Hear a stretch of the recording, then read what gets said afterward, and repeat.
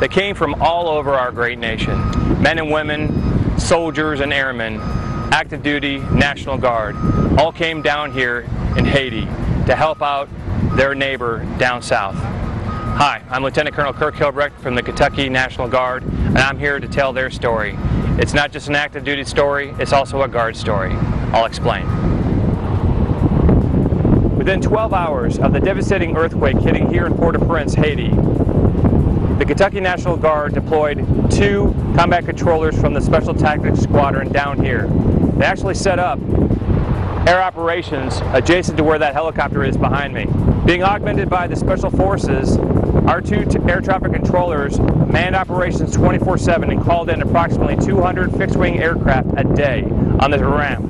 They also called in approximately 300 rotary wing aircraft on a daily basis. It was only 36 hours ago that our guys relinquished control to the Air National Guard.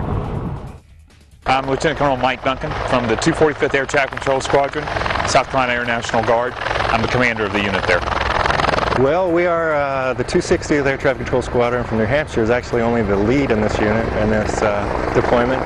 We also have air traffic controllers from Mississippi, 3 controllers from Mississippi, and we have 1 controller from Pennsylvania, and our commander is from South Carolina. Personally, you know, it's part of why I joined the military, to go out and help people, and as soon as we heard that we were coming down to help out, quite a few people volunteered. I was one of the lucky ones that got to come out and help out, so it's been a pretty rewarding experience. You know, we've had everything from aircraft from Israel to Venezuela, from Cuba, you know, Canada, Russia, Japan. We've had everything from the little single-engine tail dragger to the great big 777s. One guy lands, and while he's turning around to taxi back to use the taxiway, another guy comes off the taxiway, turns left so he's out of the way, turns around and get ready to take off, and they look nose to nose coming towards each other, perfectly safe, still on the ground, but it just looks odd as a standard air traffic controller. For me, as an air traffic controller, the biggest thing I'll take away is we've come up with some different procedures, ways of doing things, just little, I don't know, I hate to call it tricks, but tools in the toolbox, I guess.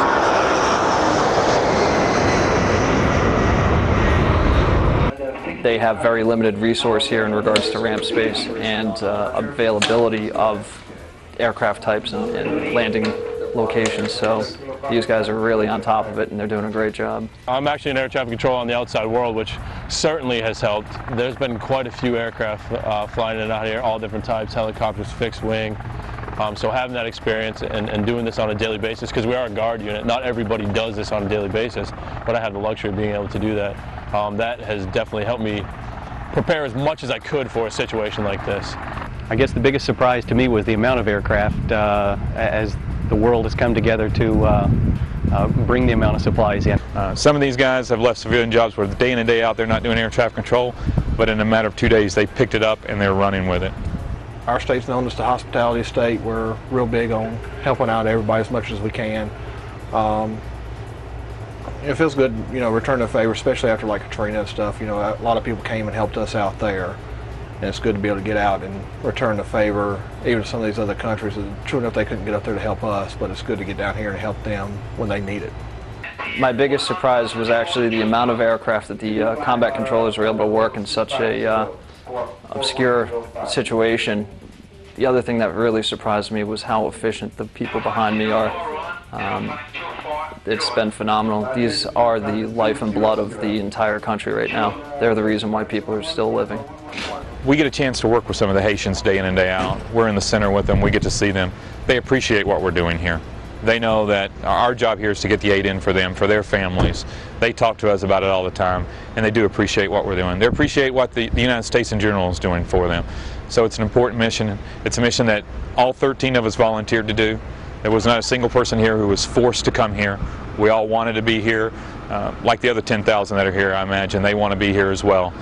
We're doing something that's important, and there's a nation that will always remember what we've done for them here.